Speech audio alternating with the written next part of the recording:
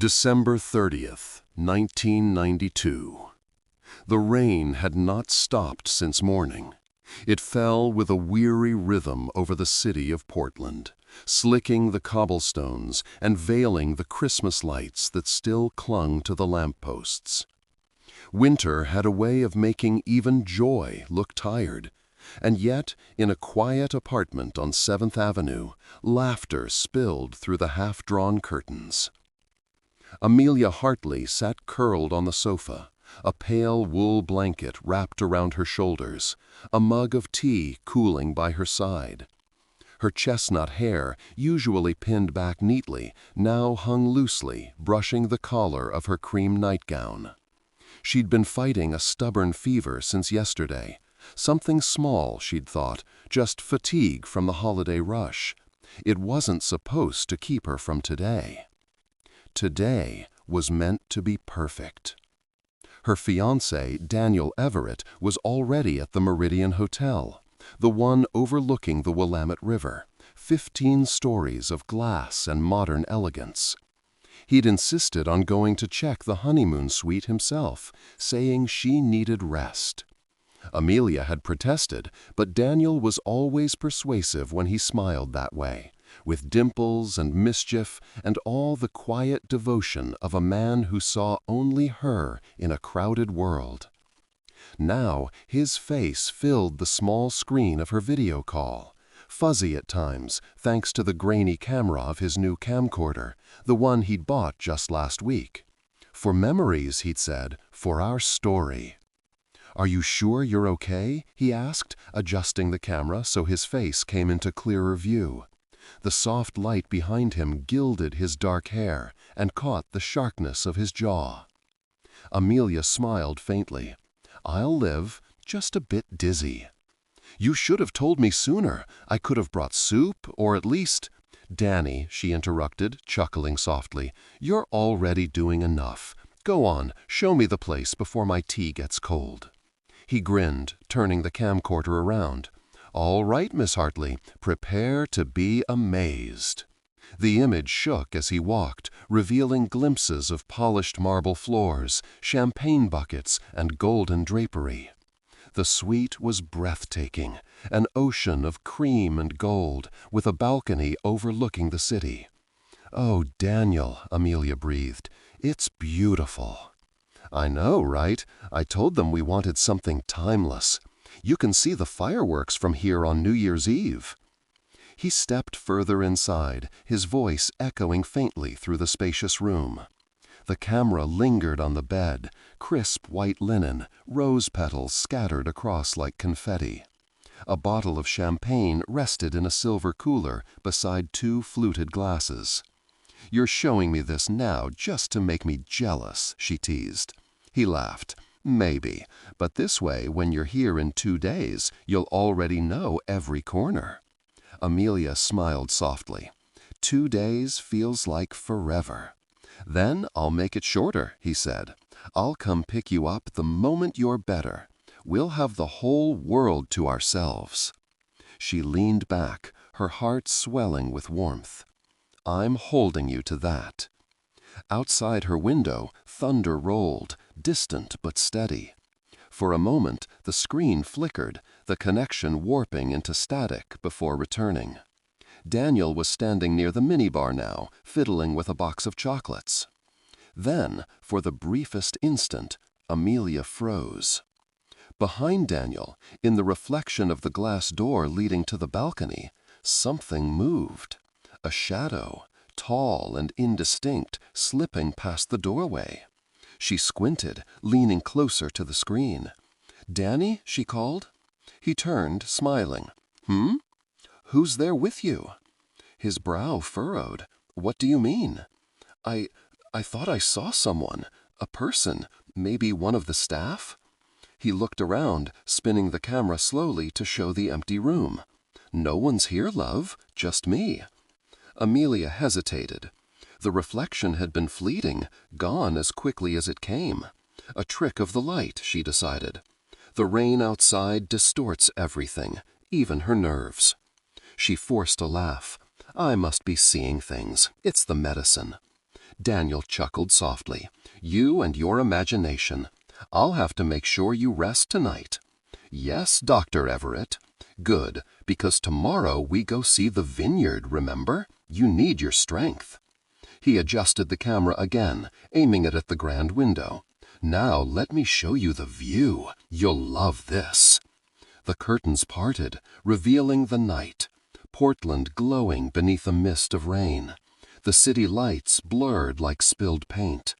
The river shimmered faintly below. Amelia's heart ached at the sight, a pang of longing catching in her chest. "Danny, it's perfect," she whispered. He turned the camera toward himself, his smile soft, eyes shining. "I can't wait to see you here, Mel." Then he stepped out onto the balcony. The sound of the sliding door echoed faintly through the call. Wind rushed into the microphone, muffling his words. She heard him laugh over the noise. And then a sound that didn't belong. A scuff, a sudden gasp. The camera jerked violently. "Danny," she said sharply, sitting upright. The screen spun, a blur of light, railing, sky. And then came the scream. A single, raw, tearing cry that cut through her chest. "Daniel!" The connection crackled, his voice drowned in wind, and then an earth-shattering crash. Silence followed, a silence so deep it swallowed the world. Amelia sat frozen, her breath caught mid-sob. The screen had gone black. Her trembling fingers fumbled for the phone beside her. "Hello, 911, my fiancé. He fell. Meridian Hotel. Please, please hurry." Her words dissolved into gasps. She didn't wait for calm. She grabbed her coat, still barefoot, running out into the storm. The city blurred around her as she stumbled into the cold, her tears mixing with rain. When she reached the hotel, the blue lights were already flashing. Police cars lined the curb. A small crowd had gathered near the entrance, their faces pale under the lamplight. And there, beyond the yellow tape, she saw him. Daniel, crumpled and still, the life that once lit his eyes, now gone. Her scream tore through the night. "Daniel!" Hands tried to hold her back, voices murmured, but all she saw was the man she loved lying broken on the pavement, the rain pooling crimson beneath him. Somewhere, in the distance, a clock struck midnight. And as the sound echoed through the wet air, Amelia Hartley's world ended.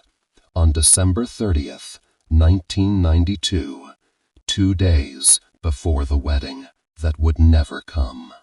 January 1993, Portland, Oregon. The air inside the police station felt colder than it should have. Amelia sat there quietly, her fingers wrapped around a paper cup of untouched coffee, eyes swollen and empty. Her statements had been taken. She'd told them everything she could remember. The video call, the laughter, the shadow that appeared and vanished, the scream that ended everything.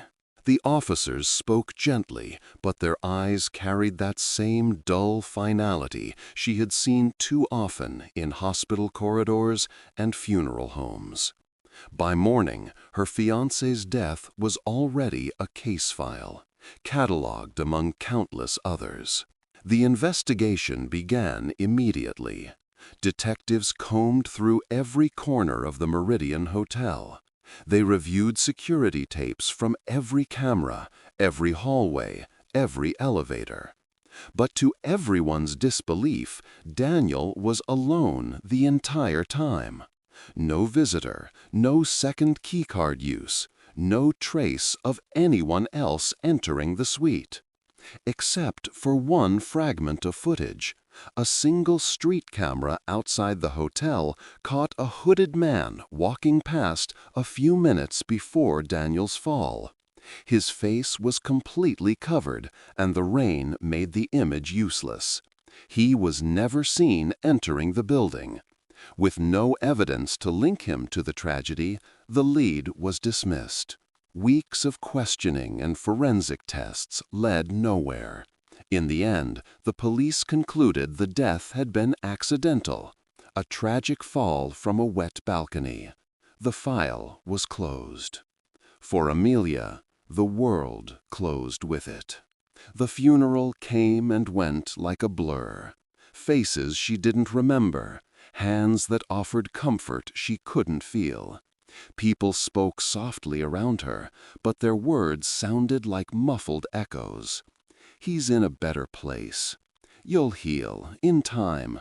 He wouldn't want you to suffer." She smiled faintly, because that was easier than arguing that there was no better place for Daniel than by her side. When everyone left, the silence that remained was unbearable. She packed away their wedding invitations, still stacked neatly on the table, and shut the box. She never opened it again.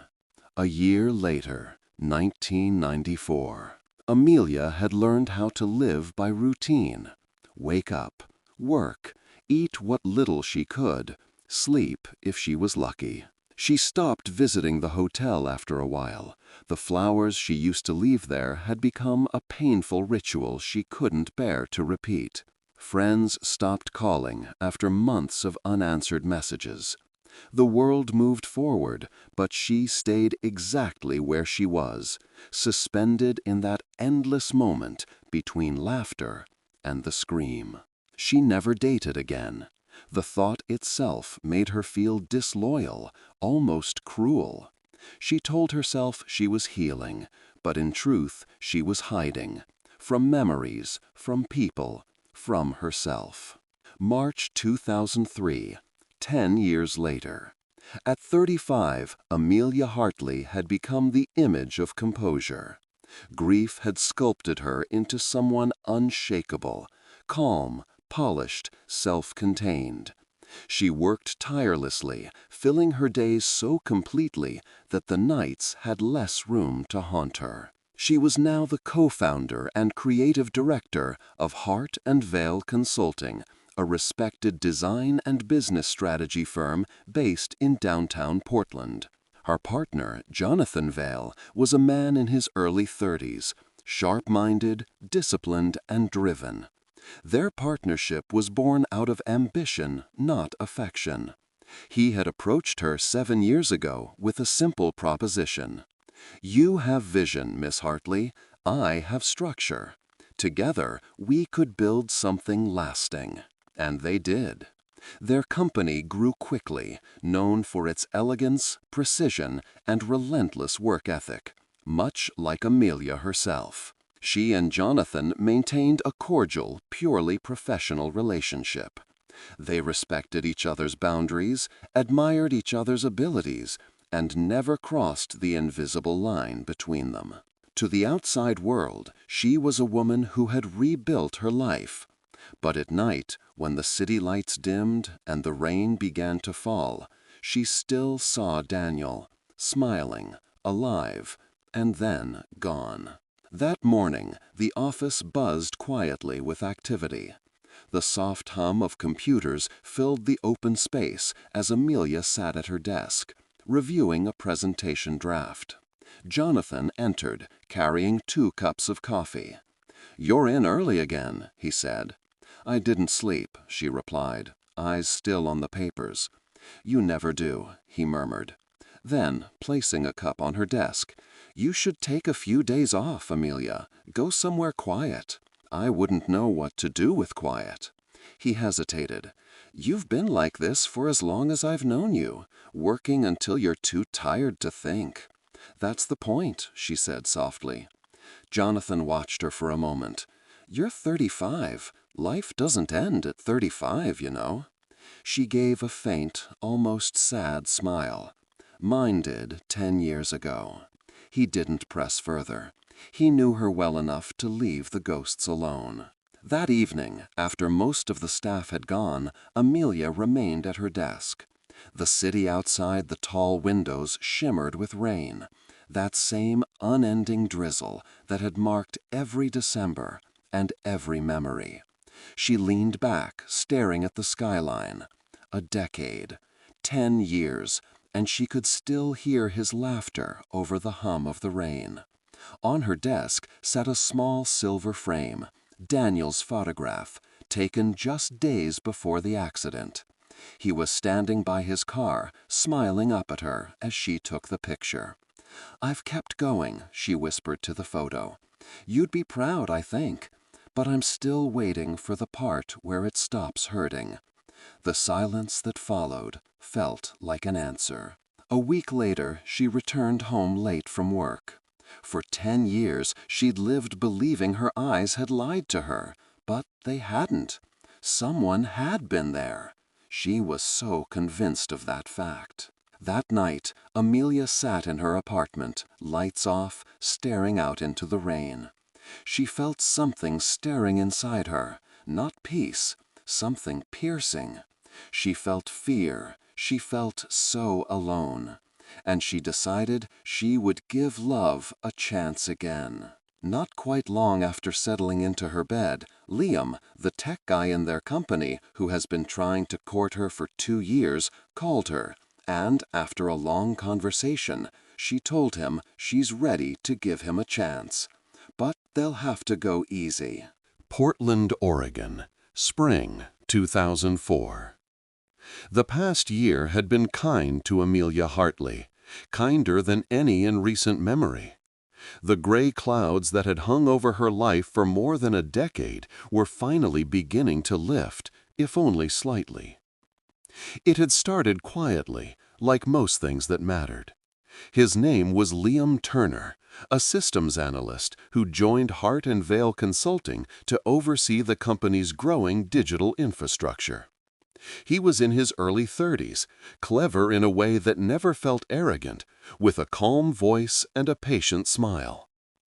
Amelia had noticed him almost by accident during a meeting. The way he listened more than he spoke, the way his ideas came softly but always made sense. She had built her world on structure, boundaries, and distance, yet somehow Liam managed to exist within those limits without breaking them. He never asked too much. He never pushed.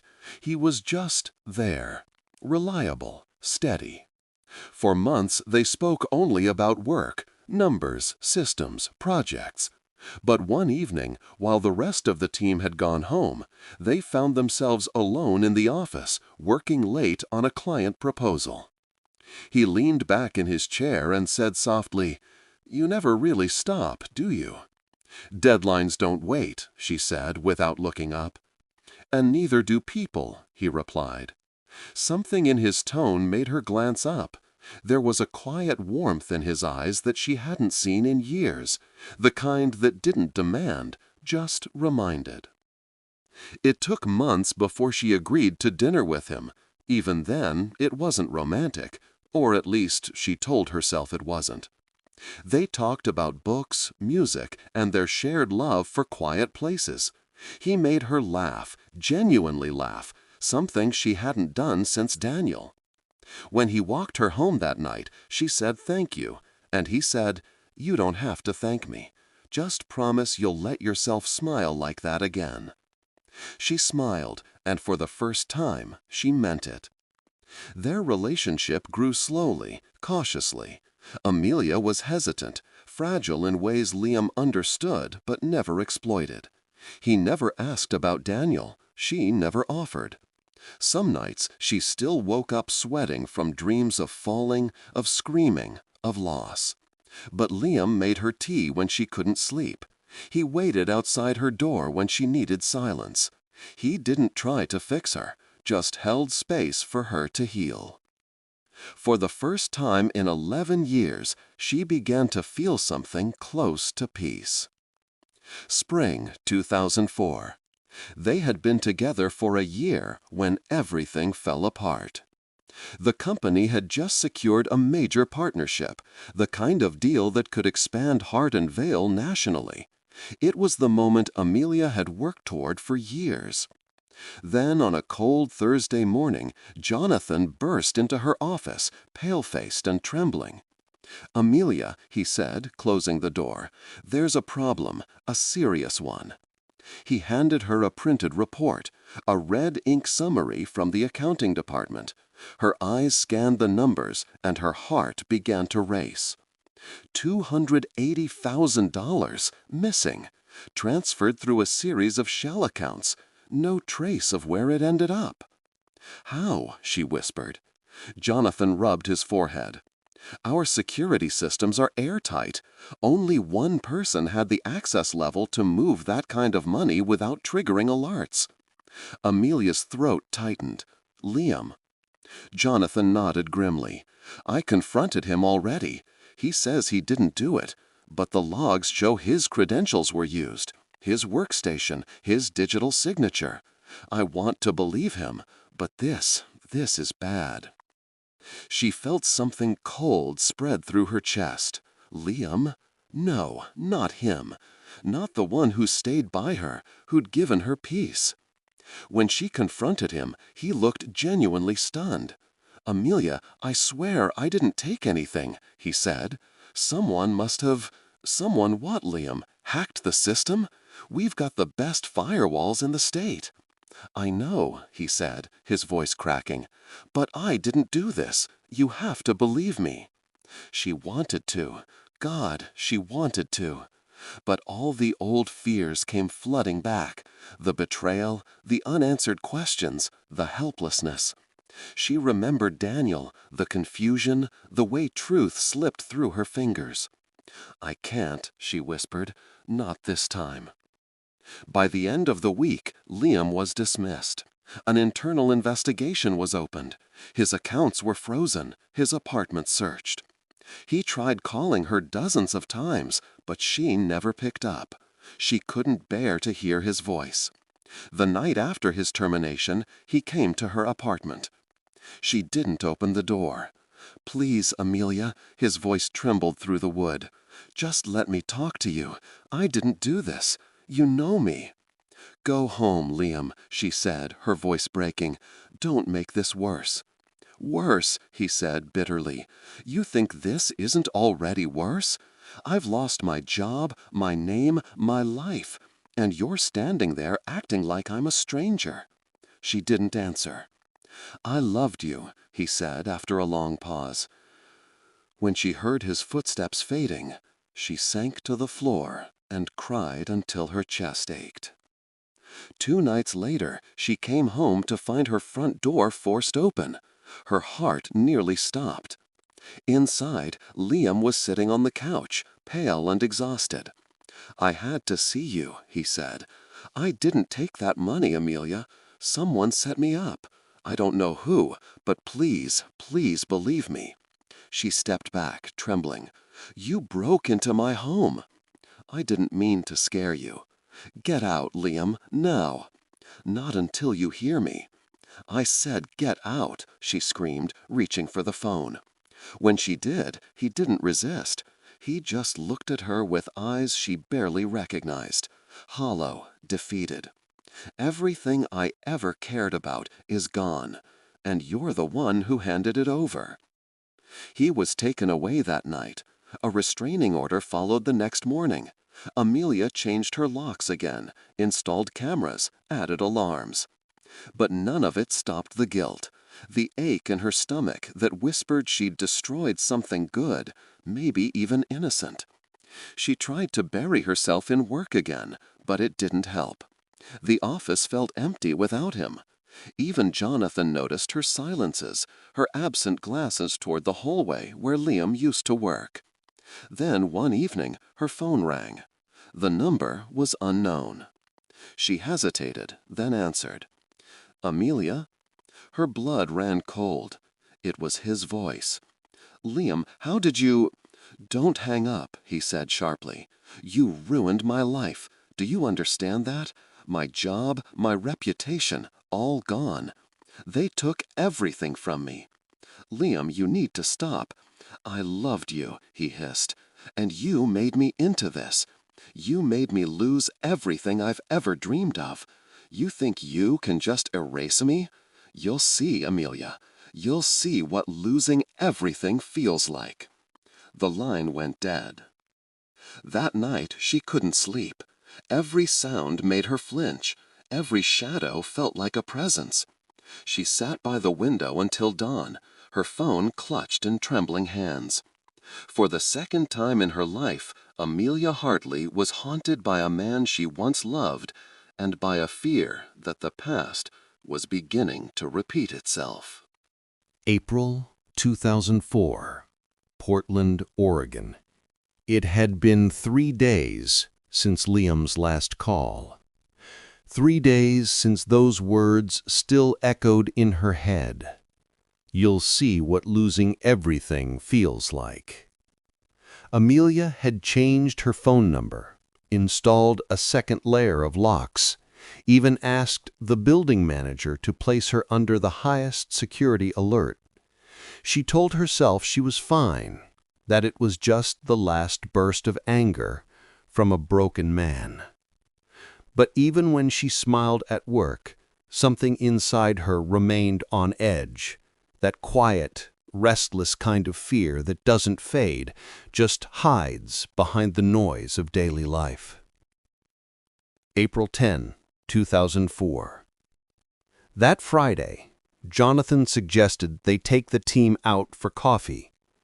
Everyone's been tense since the audit, he'd said with a half smile. A little caffeine and sunlight might do us all some good. So Amelia went. She didn't want to, but she forced herself. She needed to feel normal again, needed to be surrounded by people who didn't know how tightly she still clenched her jaw at night. They went to a small cafe downtown called the Willow Bean, a quiet place with wooden chairs and the smell of roasted beans thick in the air. She was stirring her cup when it happened. She stood too quickly, bumping into someone walking past her table. Her coffee splashed across his gray shirt. "Oh God, I'm so sorry," she gasped, grabbing a napkin. The man stepped back, startled but calm. He wiped his shirt with a napkin, smiled faintly, and said, "It's all right. I was thinking about 3 things at once. I should have seen that coming." He chuckled lightly, the kind of laugh that instantly softened the tension in the air. "Though if you ever open a coffee shop, I'd recommend smaller cups." The group laughed, even Amelia. The awkwardness dissolved. He waved them off gently and went to sit across the room near the window. When they were leaving, Amelia paused. Something about him lingered in her mind. Maybe guilt, maybe curiosity. She walked over to his table. "I really am sorry," she said again. He looked up, smiled. "You apologized twice now. At this point, I might owe you a coffee." She smiled, the corners of her mouth lifting in genuine amusement for the first time in days. "Maybe I should buy you one instead." They talked briefly. His name was Ethan Cole. He worked in IT consulting, cybersecurity, data system analysis, and troubleshooting for local firms. His tone was calm and confident, but not showy. She mentioned Hart and Vale Consulting, and his eyes brightened slightly. "I've heard of your company. You guys have a great design team." When she told him they'd reach out if they ever needed technical assistance, he handed her his card. Clean, minimalist, black letters on ivory cardstock. "Always happy to help," he said with a polite nod. April 11, 2004. The next day, Amelia sat in Jonathan's office with the card on the desk between them. "He seems capable," she said. "We could use another pair of hands, especially since we're still sorting out the mess Liam left behind." Jonathan leaned back in his chair, studying her expression. "You're sure about this?" "He came recommended indirectly. He does private consulting for a few local firms." Jonathan hesitated, then nodded. "All right, if you vouch for him, I'll bring him in. Just be careful about trusting new people too quickly, Amelia." She smiled faintly. "I've learned that lesson." April 13, 2004. Ethan began working with Hart and Vale 2 days later, part-time at first, handling data integrity audits and firewall restructuring. He was efficient, polite, and unobtrusive. He didn't talk much, except when offering explanations. Jonathan liked him immediately. The staff did too. Amelia found herself oddly at ease around him. His presence was calming, practical, grounding. He was nothing like Liam. For the first time in weeks, her shoulders began to relax. She told herself things were finally settling. She couldn't have been more wrong.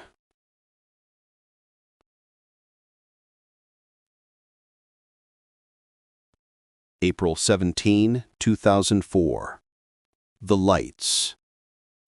It started 4 days later. Amelia was home reading by the window when the lights flickered, just once. Then again. The room dimmed, brightened, and dimmed again. She frowned, checked the switch. Everything seemed fine. Probably a power surge. Portland's old apartments had their quirks. But that night it happened again. The lights went completely out for 30 seconds, then returned. She made a note to call an electrician in the morning. April 18, 2004. The next night, just past 2 a.m., her apartment alarm shrieked to life. She bolted out of bed, heart pounding, grabbing her phone. She turned on the lights. Nothing was wrong. The doors were locked, the windows sealed. The alarm kept blaring. She shut it off manually and sat on the floor, trembling. The technician who came the next morning said the system had triggered itself due to a minor sensor interference. He replaced the main unit and told her not to worry. She smiled, paid him, but couldn't shake the chill that crept down her spine. April 20, 2004. The next night, she woke up to silence. No running water. The taps sputtered, then went dry. She called the building maintenance line. They swore there hadn't been any outages. By noon, it returned, without explanation. It felt strange, disconnected, as though her life had begun to glitch, one piece at a time. Jonathan noticed her distraction at work. "You've been off lately," he said. "Everything all right?" "Just small things, power cuts, alarm issues. I'm fine." "Are you sure?" "Yes," she said too quickly. April 23, 2004. That Friday morning, she arrived at the office early to finish a report. When she opened her laptop, the screen glitched. Static flashes, black streaks, then complete shutdown. She tried again. The login failed twice. Then a message appeared briefly before the screen went blank again. "System error, access denied." She froze. That wasn't a standard Windows message. "Ethan," she called. He came over, calm as ever, and checked the system. "Strange," he muttered. "No virus. Looks like a remote override attempt." "A what?" "Someone tried to access it from another point, maybe through the network. It's locked down now. I'll clean it up." He fixed it within an hour, assured her it was stable. But that night, she couldn't stop thinking about it. Someone had tried to access her files. The next few nights were worse. Sometimes the lights would flicker. Sometimes the alarm would give a short, sudden beep in the middle of the night. Just one. Once her computer turned itself on while she was in the kitchen. She stood frozen in the doorway, watching the glow of the screen fill her dark apartment. "Enough," she whispered, shaking. By morning, she went straight to Jonathan's office. "I can't keep doing this anymore," she said quietly. "I'm not sleeping. I'm seeing things, hearing things. I just need a break." Jonathan leaned forward, concern in his eyes. "Then take one. You've carried too much for too long. Leave everything to me for a while. Go somewhere, anywhere. Clear your head." She hesitated. April 27, 2004. Amelia booked a trip to Cannon Beach, a quiet coastal town a few hours away. She packed lightly, a few clothes, her journal, her camera. When she locked her apartment door that morning, she paused, her eyes tracing every corner of the place she'd once called safe. The lights flickered one more time. She exhaled sharply, half in fear, half in defiance.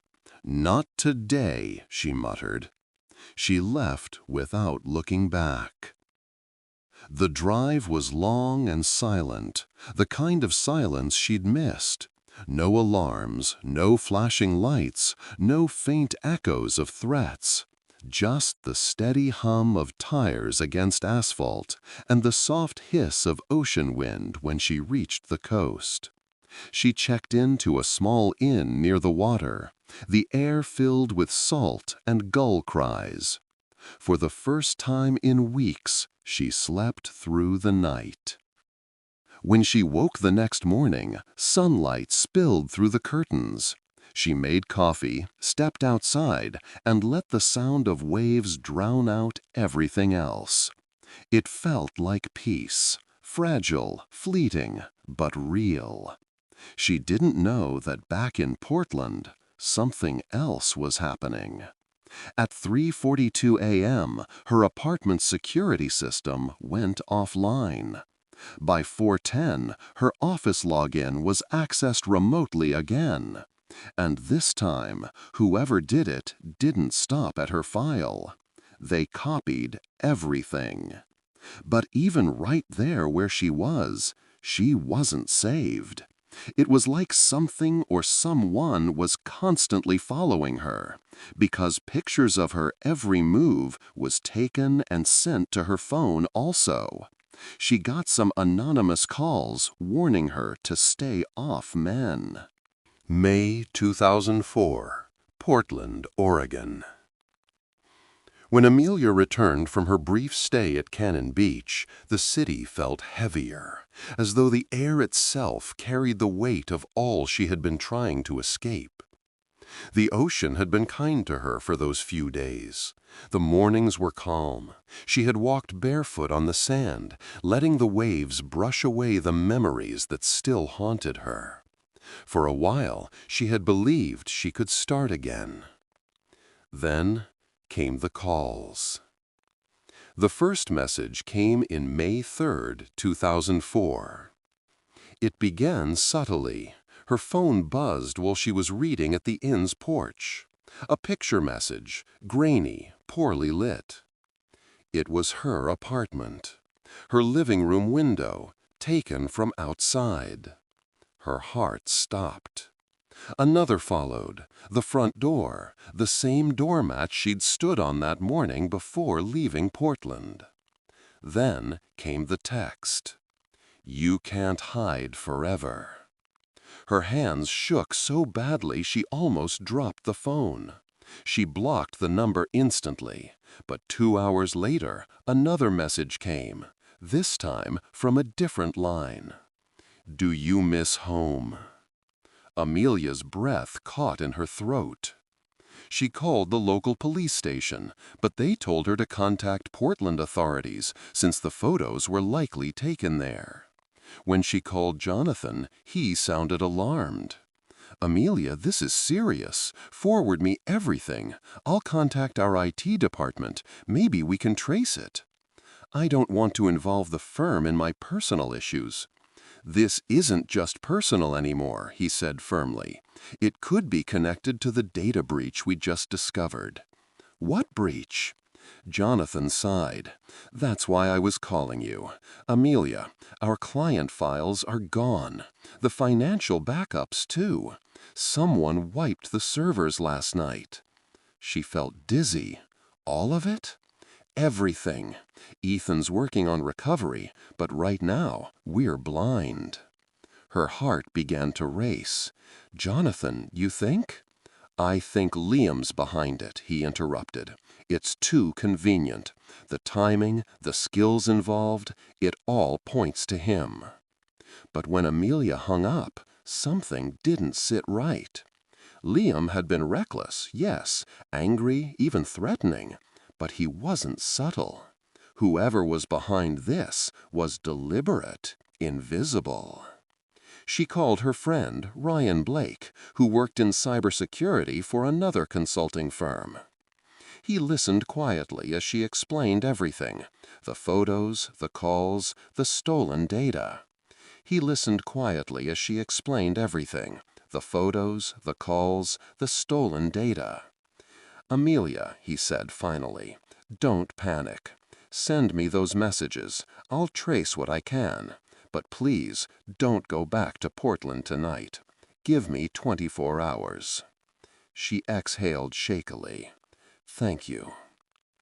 May 4th, 2004. By morning, she couldn't stay still. The idea of her home being watched, her company violated, tore at her. She packed her bag and drove back to Portland despite Ryan's warning. When she arrived at the office, everything felt wrong. The air was thick with tension. Jonathan was pacing near the server room, his shirt sleeves rolled up, eyes red from lack of sleep. "Amelia, thank God," he said. "It's chaos here. Clients are panicking. Ethan's still running recovery scripts, but it doesn't look good." "I got your messages," she said. "Any progress?" Jonathan rubbed his temples.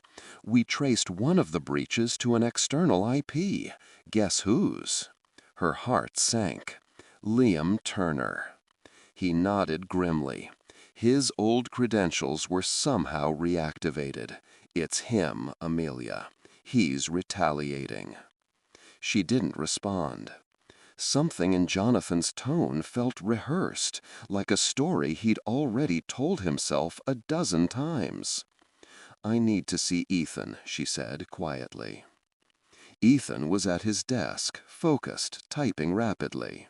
He looked up when she entered. "You shouldn't have come back so soon," he said. "I couldn't sit and wait," she replied. "Jonathan told me about the breach." Ethan exhaled. "Yeah, whoever did this knew what they were doing. They didn't just take the data, they scrubbed every trace of their path. That's rare," she asked softly. He hesitated. "I mean, professional." "Do you think it's Liam?" "I think it's too clean to be Liam."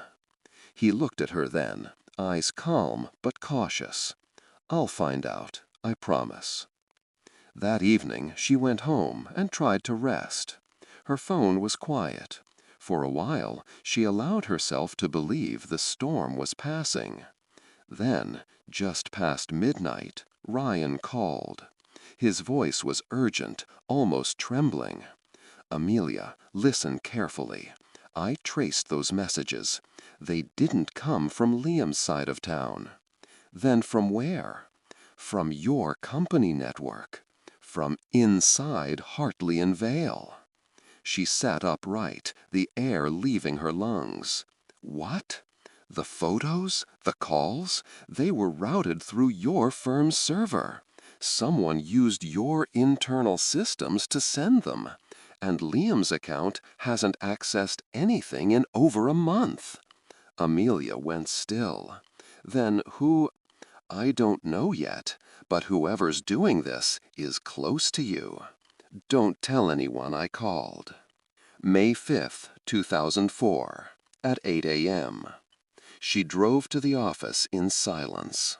Her first instinct was to confront Jonathan, but what would she say? "Someone inside is sending me pictures of my house?" Without proof, she'd only sound paranoid. Instead, she called Ethan. "Can you come to my place tonight?" she asked quietly.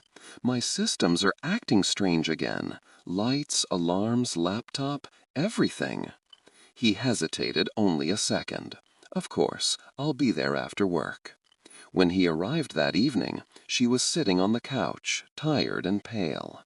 He brought a small toolkit and his laptop. "I'll start with your network," he said gently. "You said your alarm keeps triggering." "Yes, randomly. Sometimes the lights, too." He nodded, moving methodically, checking connections, testing signals. The quiet hum of his work filled the room.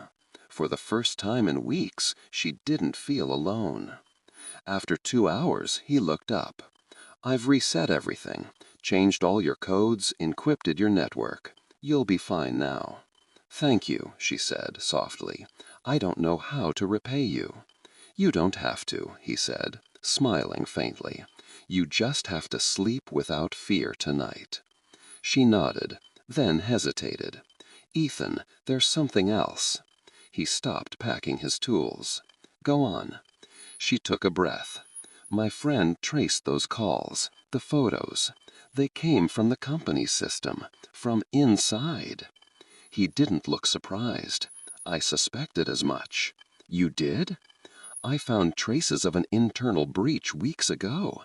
Didn't want to alarm you until I was sure." "And?" He looked at her, his expression serious. "Amelia, I think it was Jonathan." Her pulse quickened. "Jonathan? No. He's been with me since the beginning. Why would he?" "Because he can," Ethan said quietly. "He's the only one with the kind of access that can erase logs, redirect communications, and frame someone else." She shook her head, trying to process. "He said it was Liam." "Convenient, isn't it?" The room felt suddenly smaller. "If you're right, Ethan, that means—" "It means he's been lying to you for a long time." She sat down, her hands trembling slightly. He came closer, lowering his voice. "I know this is a lot to take in, but you're not alone. I'll help you figure this out. I promise." She looked at him then, really looked at him. The steady eyes, the quiet strength. She had known him only for a short while, but something about him felt certain in a world that had lost all stability. "Why are you helping me?" she asked softly. He smiled faintly. "Because I see how hard you've been fighting to hold everything together, and because I know what it's like to lose trust." As he spoke, the conversation turned personal, not planned, just natural. She asked where she'd learned so much discipline, and he told her about his years in the military. "He was stationed overseas," he said, "mostly isolated. Computers became my escape. That's how I met her." Amelia tilted her head. "Her?" He chuckled dryly. "Online. We talked for months. She made the silence bearable. I thought it was real. Then, one day, she said she'd met someone else, someone closer. That was it." "I'm sorry," Amelia said softly. That must have hurt. He nodded. It did. But I learned something. Love doesn't promise forever. It just asks for honesty while it lasts. The honesty in his tone moved her. For a moment, she saw the quiet loneliness behind his calm exterior, the same loneliness she'd carried for 12 years. The room had grown dim. The only light came from a small lamp near the couch. Ethan stood to leave, but she stopped him. "Stay a while," she said quietly. "I don't want to be alone tonight." He hesitated, then sat back down. Silence stretched between them, not awkward, but charged with something neither could quite name. Amelia looked down at her hands. "I haven't let anyone in for a long time," she whispered. "Every time I try, something breaks." He reached over, brushing his fingers lightly across hers. "Maybe this time it won't." Her eyes lifted to his. For a long moment, neither spoke. Then she leaned in, just enough for her forehead to touch his. The air between them felt still, fragile. When their lips met, it wasn't impulsive. It was quiet, hesitant, like two people rediscovering what it meant to feel safe. Outside, the city lights flickered through the rain. Inside, for the first time in years, Amelia let herself stop remembering and start living. That night marked the beginning of something unexpected. But in the silence after he left, as she stood by the window watching the rain, a question lingered, faint, persistent. Had she finally found someone she could trust? Or had she just invited another secret into her life? May 8th, 2004, Portland, Oregon. Morning sunlight spilled through Amelia's bedroom window, but she barely felt its warmth. Her mind had been spinning all night after Ethan's revelation.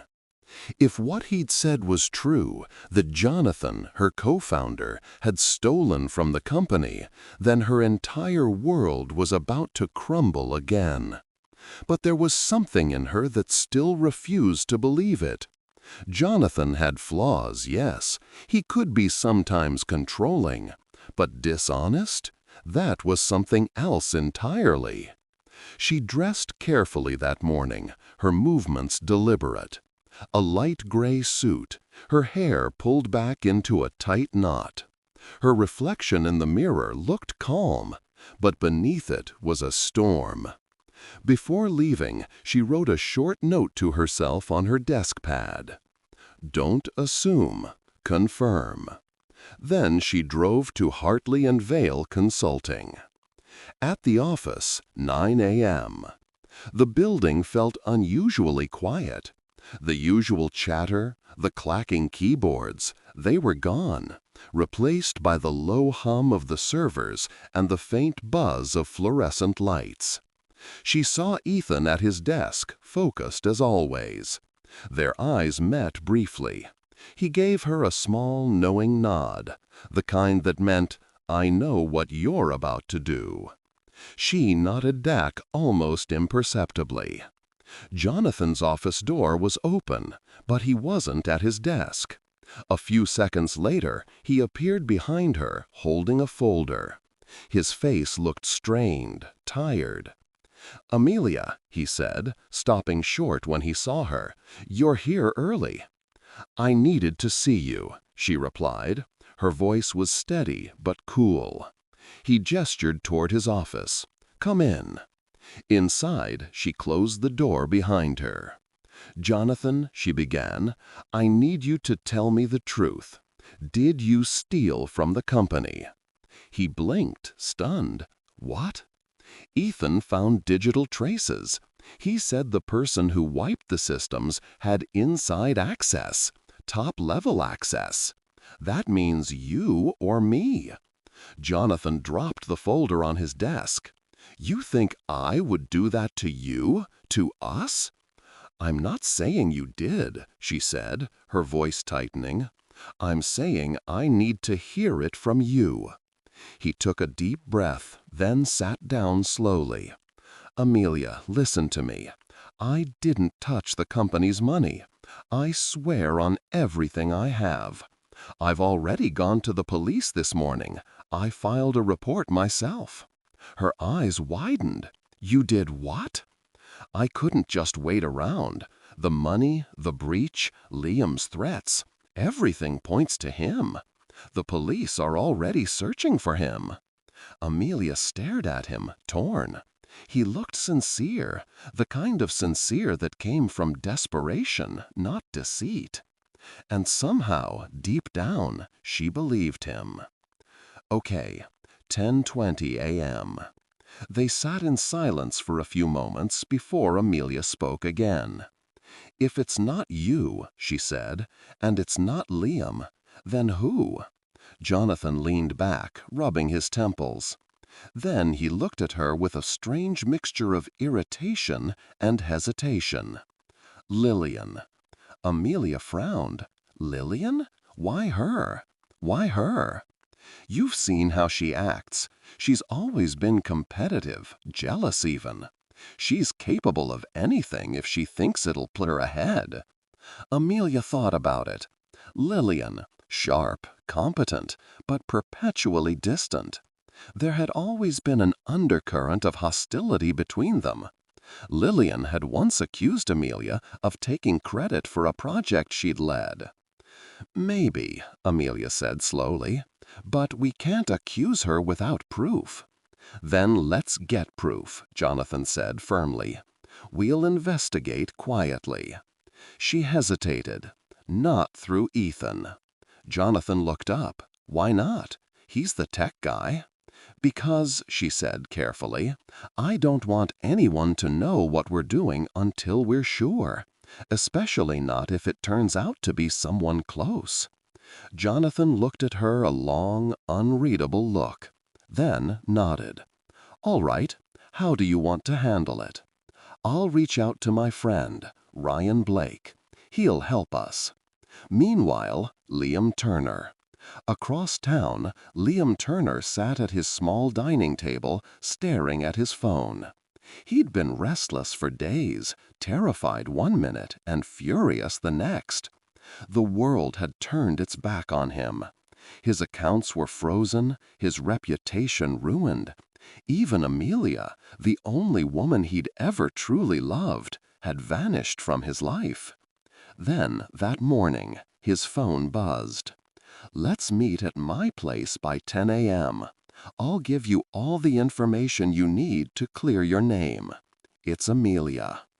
He read it 3 times, heart pounding. Could it be real?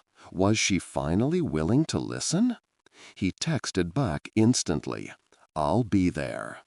Earlier that day, though, Amelia had tried to reach out to him 3 times to talk to him, perhaps apologize for not listening to him, and to see if she could rebuild their friendship, if not relationship.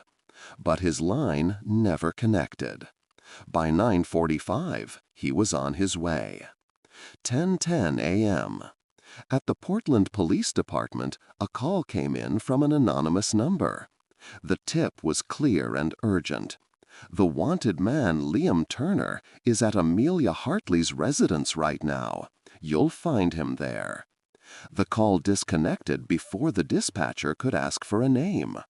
Officers were dispatched immediately. Okay, 10:30 a.m. Amelia's apartment. Liam parked his car across from Amelia's apartment building. The street was quiet. He checked his watch, 10:27. He looked nervous but hopeful. The text had sounded exactly like her, calm, composed, purposeful. Maybe she'd finally found evidence to prove he hadn't stolen the money. He climbed the stairs, his heart hammering. Then, in the distance, he heard the screech of tires, police vehicles pulling up fast. Okay, the confrontation. "Liam Turner!" The voice came from behind him. He turned sharply to see 2 uniformed officers emerging from their car, guns drawn. "Step away from the door, hands where we can see them."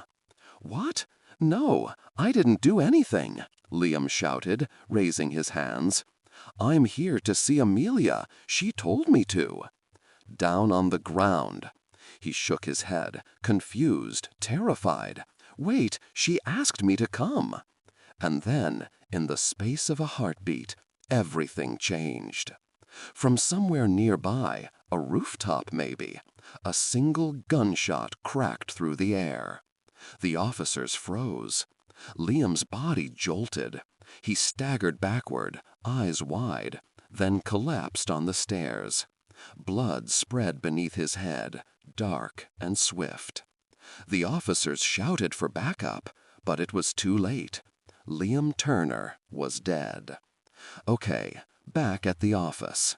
11 a.m. Amelia was still in Jonathan's office when her phone rang. She excused herself and stepped out into the hallway to answer. "Miss Hartley, it was a police sergeant.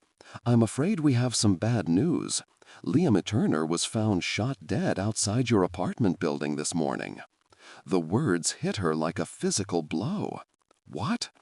We received an anonymous tip that he was there. By the time we arrived, someone had fired at him. We're investigating."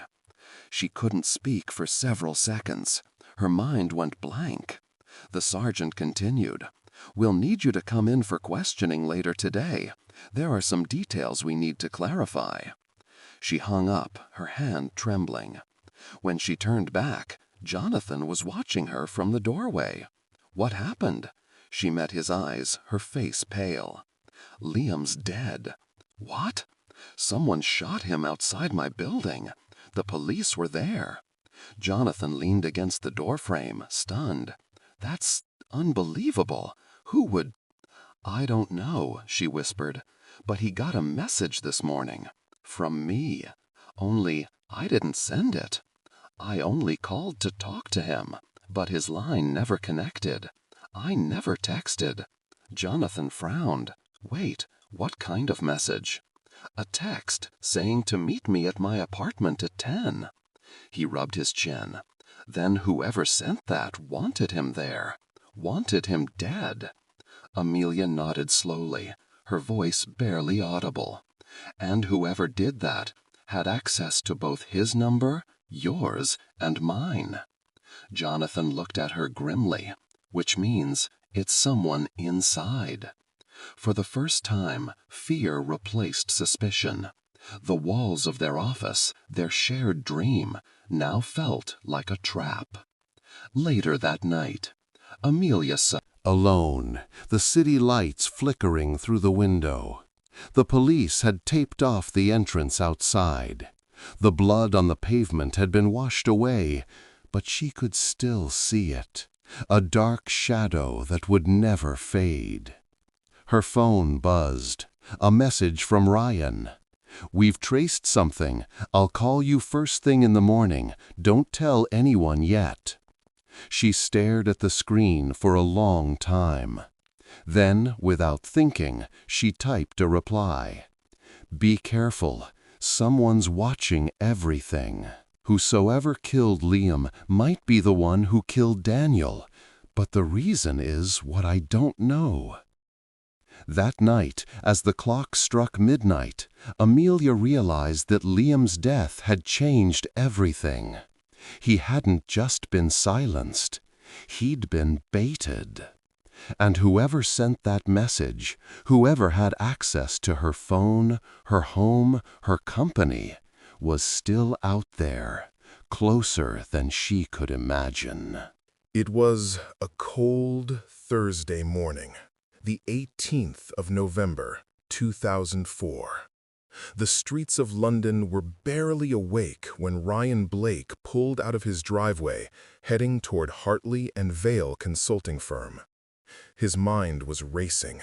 He'd spent the entire night piecing together data trails and conversation logs that could finally expose the truth Amelia had been desperate to know.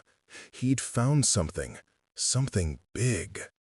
But as he merged onto the A12, his rear-view mirror caught a dark sedan keeping perfect distance behind him. At first he brushed it off, maybe just another commuter. But the car stayed. Every turn, every lane change, his instincts kicked in. He sped up. The sedan sped up too. Now alarmed, Ryan's breathing quickened. He reached for his phone and called Amelia. The phone rang twice before she picked up. "Ryan?" she said.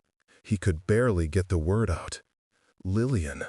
And then she heard it, the sound of screeching tires, metal grinding, a violent crash, and silence. Amelia froze. "Ryan? Ryan!" But there was no answer. Her trembling hands dialed emergency services, her voice breaking as she gave his location. The operator assured her help was on the way, but her gut told her this was no random accident. Within an hour, the news reached her. Ryan was alive, but barely. The impact had crushed the vehicle beyond recognition. He was in a coma, multiple internal injuries, and doctors weren't sure he'd make it through the night. Still, one thing echoed in Amelia's mind. Lillian. The name didn't make sense at first. Lillian worked at the firm, quiet, efficient, always polite but distant. Yet suddenly, memories came flooding back.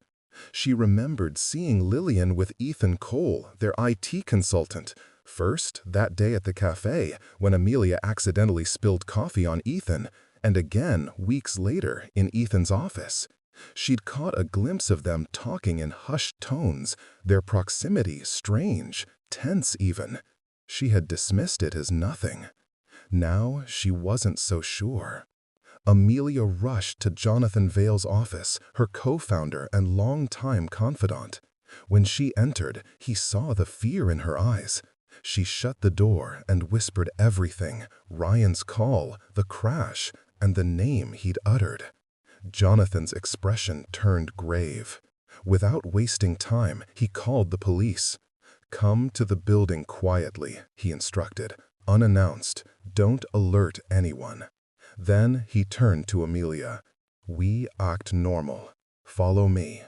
They walked calmly down the hall, hearts pounding, until they reached Lillian's office.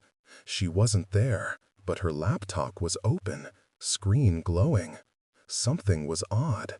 The system was active, a voice streaming through its speakers. Jonathan moved closer, adjusted the volume, and froze. It was Ethan Cole. His voice came through, low and angry, clashing with the trembling voice of a woman, Lillian. "Why would you do that?" Ethan hissed. "I told you not to hurt her. I told you not to hurt her." Amelia's stomach twisted. Ethan continued, voice rising. "I never wanted her dead. You were only supposed to watch her, to make her vulnerable so I could get close. Do you understand? She's mine." They could hear Lillian crying, gasping for air. "You don't own her, Ethan. She doesn't even love you." A sharp sound, a choke, a struggle. Jonathan and Amelia exchanged horrified glances. Through the speakers, Ethan's tone turned sinister.